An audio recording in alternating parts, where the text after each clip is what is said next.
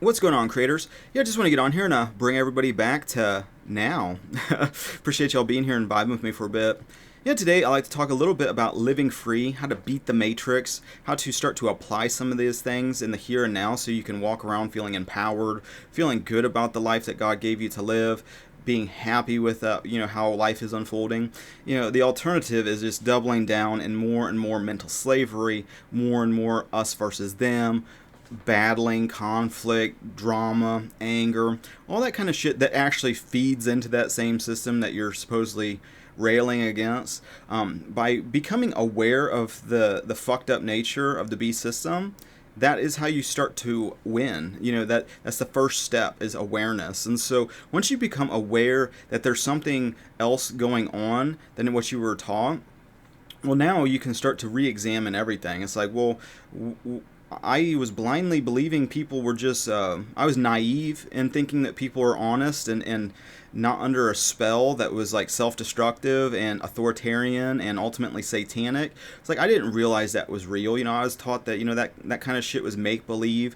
The culture I was brought up in is more of like an atheistic scientism kind of religion, which is what it actually is, for, people that are like, trust the science. It's like, okay, science is a process, and if it's by trust the science, you mean trust like a path to discover truth.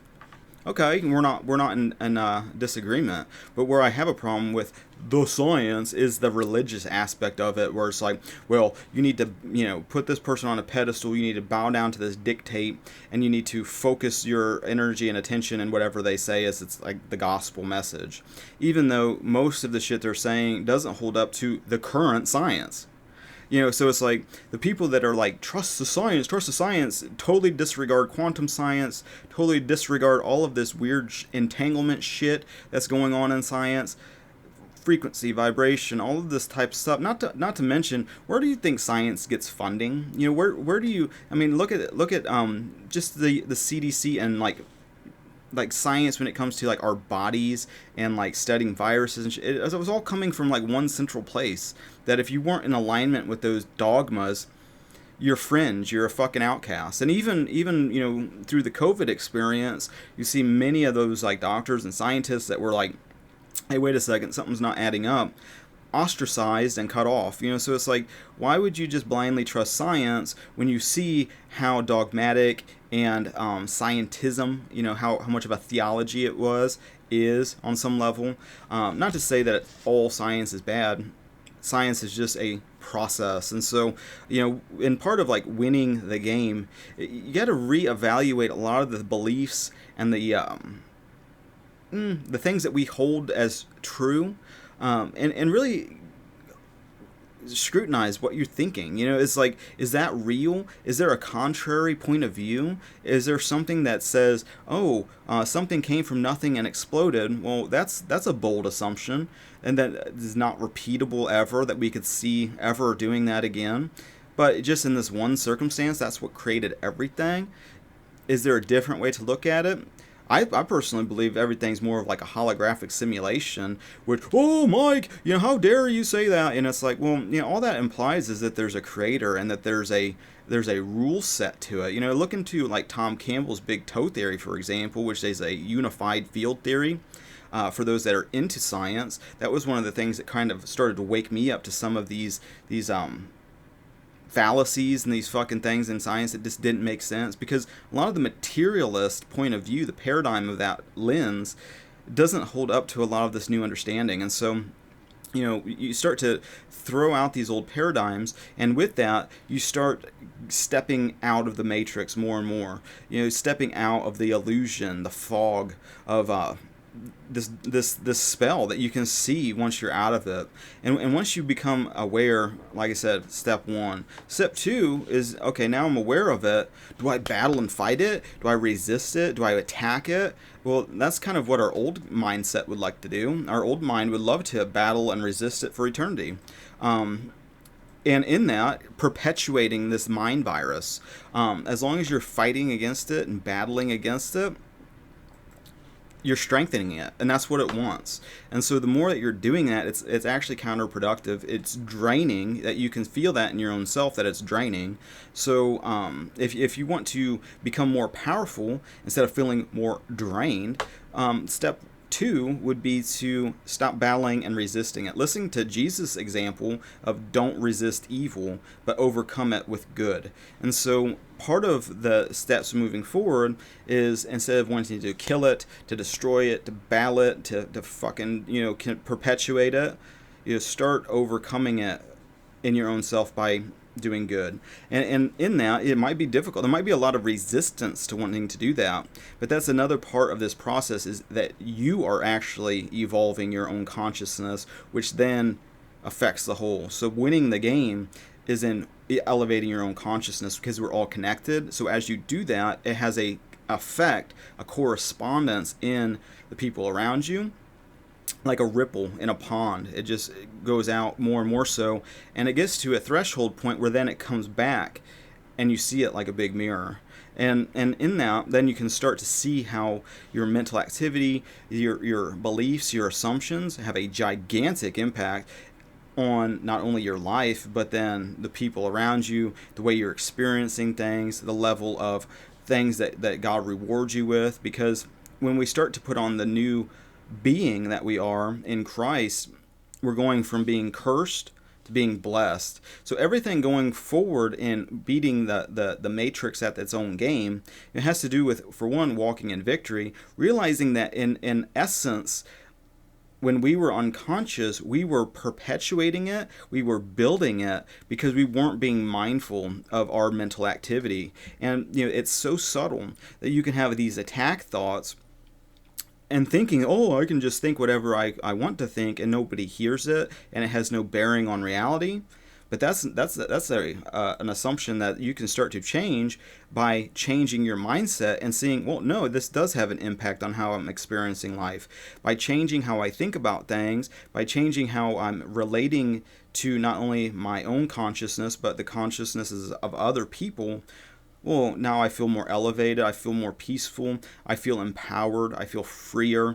And knowing that that all of this is in correspondence with the laws of God, you start to apply it more and more so through like a knowing. It's like when you first start to put on, for example, one of the promises that Jesus told us to do, or anything that we ask for in prayer, believe that we receive it. Now faith is, so put it on now. Believe that you are already blessed and it's yours.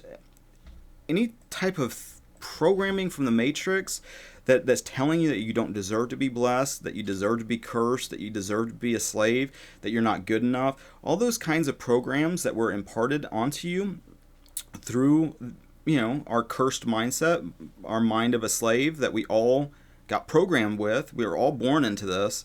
That's the shit that you start to let go. And the more that you let go of that old identity of being a slave, of being a victim, of being cursed, the more who you are in Christ naturally starts to manifest just by your own being. You don't got to think about it. You don't got to, I got to do. It's like you are already that way. You are already love. You are already that. The trick was to convince you that your fear and everything is separate. And so, including you being separate from God, separate from people, separate from the circumstances of your life, separate from the creation itself, it's all connected. And so the more that you're able to, on some level, start to just know that through personal experience, by just putting your faith into practice, by facing the fears within yourself, the more that you see that to be a true statement. And so in winning the game, it doesn't mean that, oh, well, now I need to take them to court and I'm going to get a judgment and that's going to fix it. That's you fix it by elevating your own consciousness to a point where you realize that it's silly. It's like you don't need to occupy your mind with these silly beliefs anymore. And by demonstrating that, you demonstrate it to others what that looks like. And so you define that too. I mean, that's between you and God, what that winning looks like, what that success looks like. But just even being conscious of the fact that there's a delusion spell going on is a win in itself. And so focusing your attention on the desirable, the winning is so much better for your own state of mind than focusing on all the atrocities and all the fucking shit that's presented to you. More than likely, you can look at, what's coming through a screen. I would look at all of it as deceptive, as an illusion, as part of the dream, and really, focus on what's going on in your local community, what's going around with the people surrounding you.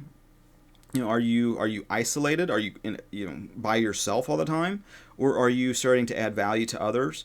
All these are things that you can start to do. But until you get to a state of mind where that's possible, it just kind of depends on where you're at. Not to say anything is wrong with where you're at. Start looking at that as being, oh, I'm perfectly where I need to be. Accept where you're at, but doesn't mean you have to agree entirely with it. If you were like really out of shape, for example, that's just like an obvious thing that you can see. It's like, okay, well, I accept that this happened to me. I did it to myself. I take ownership for it, and moving forward, I'm going to make a change. That's simple. I mean, you can accept it without agreeing with it, and then start moving in a new direction to start to elevate it, to start to level it up. And that's with like lots of different things. It's like the more that you focus on like battling, oh, did you see what Bill Gates did? Oh, did you see what it's like, why are you putting so much attention on Bill Gates? You put more attention on Bill Gates than Jesus. That's the problem. It's like you're putting people on these pedestals, giving your power and your mind to them to rule over you, when that's the problem in itself. It's like any person you have that's a pedestal, you need to take them off the pedestal. We're all children of God. We're all created by God. We're all the created.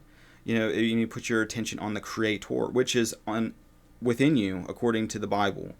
So, and whoa, what does that mean? Are you blaspheming, Mike? It's like, you need to discover what that means. The teacher is within you, it's not outside of you. And so you'll be led through a series of events to start to get more and more awareness of that. I'm still getting lots of awareness on it. Not to say I've got it all figured out, but everything is an evolution. Everything's a progression. It's really easy to start to look at that if you play guitar, for example.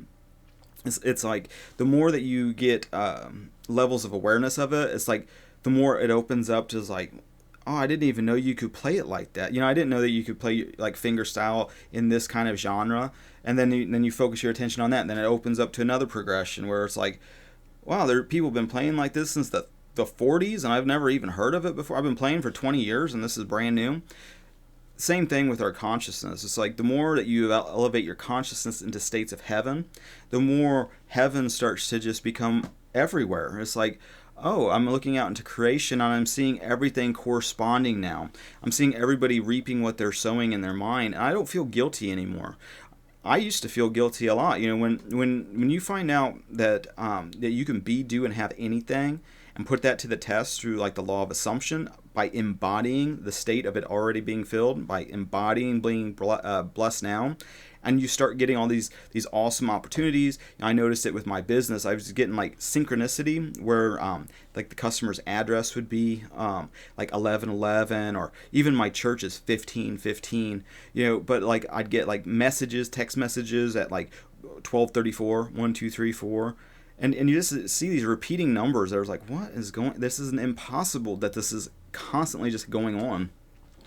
I'd get phone calls. I'd hang up, and it's like the duration of the call was that like that. And I started just chasing the synchronicities, just following. I was like, okay, well, whatever, and that's led to my business being successful. My wife, my stepchildren, they're all working in it if they want to be. My oldest one she's getting paid good money to then take care of my granddaughter, and it's like all working out to just like better than I could have even expected. And I didn't even have a plan.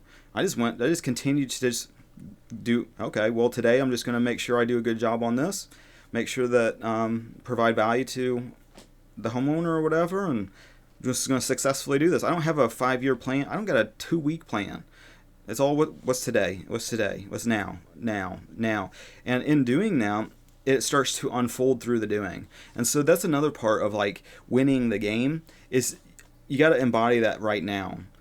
anything that's telling you that you haven't already won, we're supposed to walk in victory. And so anything that's telling you that, oh, no, no, no, no, you need to battle Satan, and Satan needs to you always, he's going to be such a tough adversary. And it's like, Satan is a bitch. And it's like anything that is in your mind that's putting that on a pedestal, it's like, no.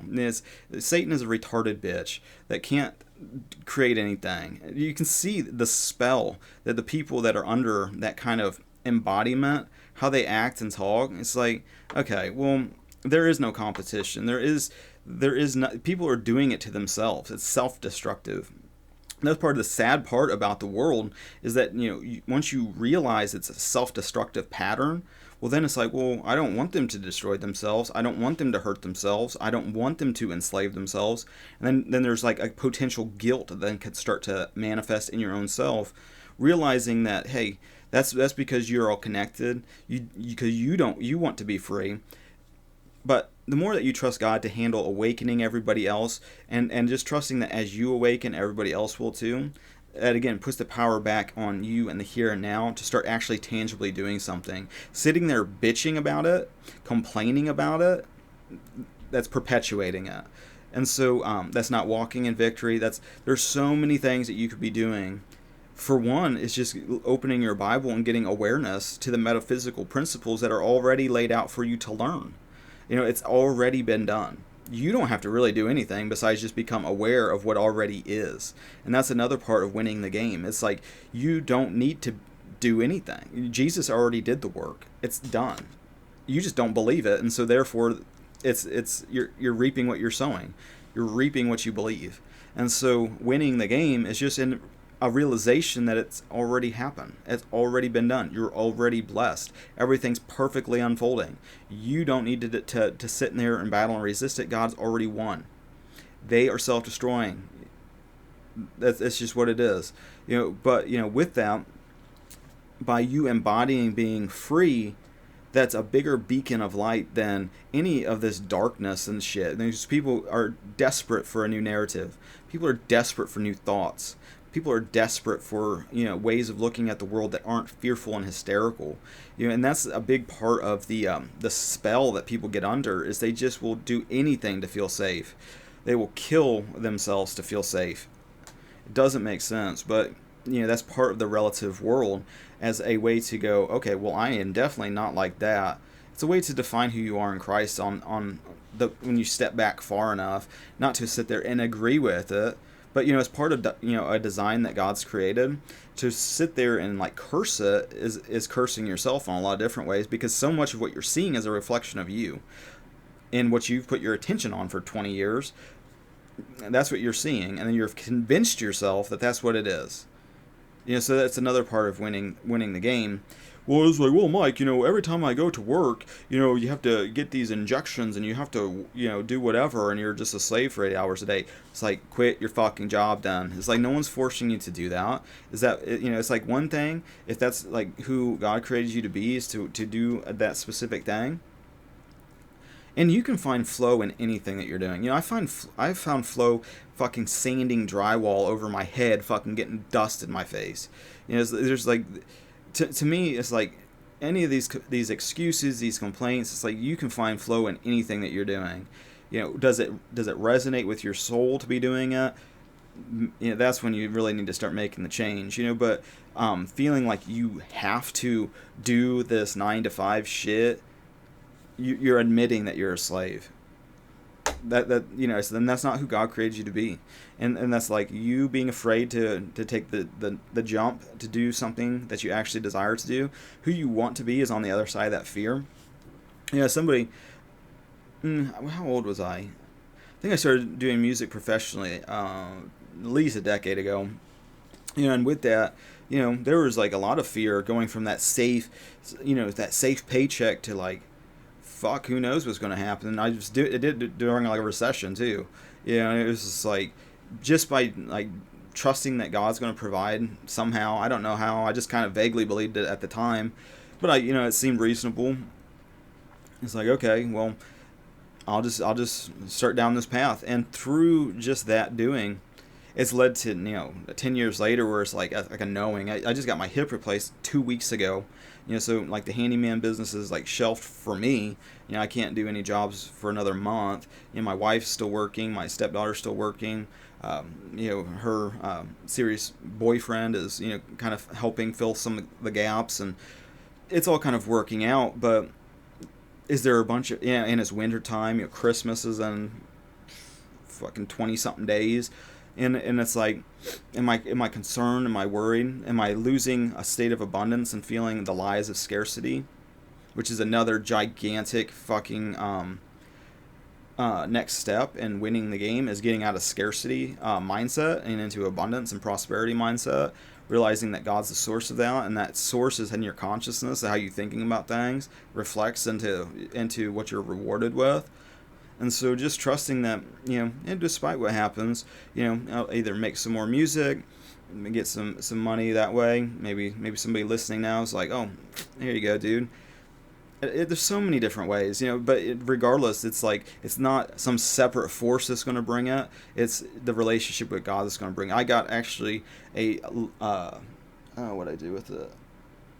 I think it's in the other room, but I was just like, got the mail. I didn't get my stepdaughter got the mail, but she brought it to me, and like I got an envelope. What do you call them? Like just like get well cards, from one of my customers. I power washed their house like a couple days before my hip surgery, and like they sent me $100 in like, we have like a place that like just like supermarket, where like grocery store, and they gave me $100 gift card just to get groceries, which didn't ask them, I didn't even expect it, but it's just another example of God providing in ways that I don't even realize are possible, and that's a big part of like winning the game, is getting out of that, oh, how's this going to happen, oh, how's God going to manifest this, how's God going to do that.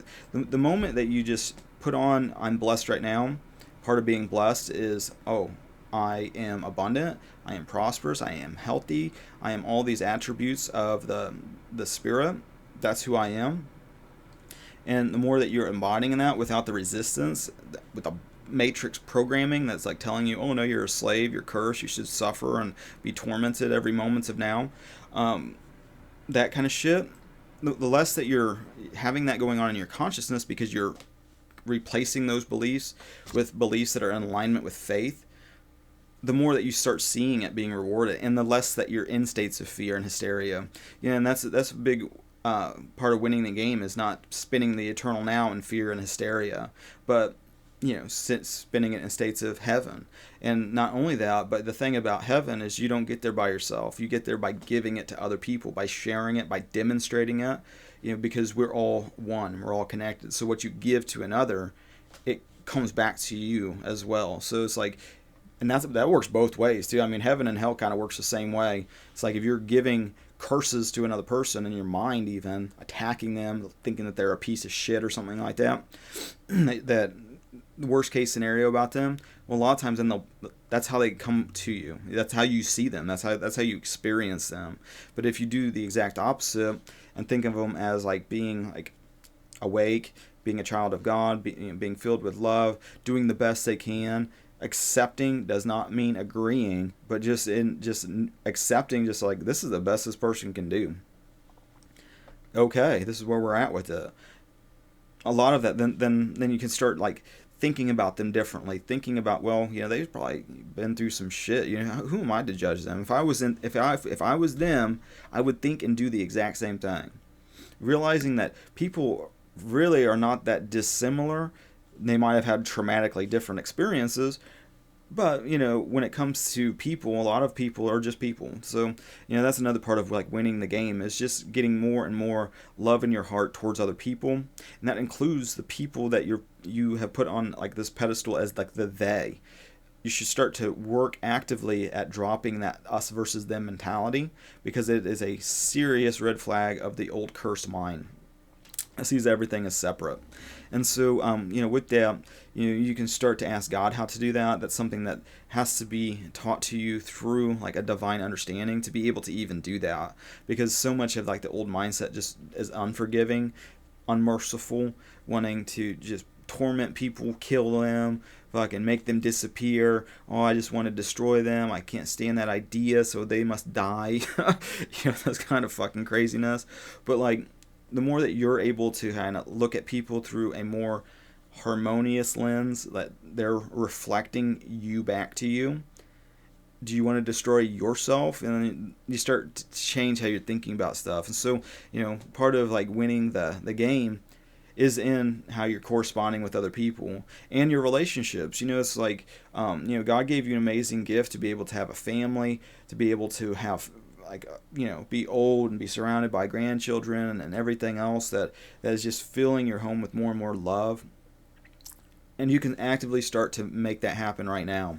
That's another way you can kind of win the game. It's like looking at what the world presents, which is like kind of like a hedonistic, being single in perpetuity, only caring about you.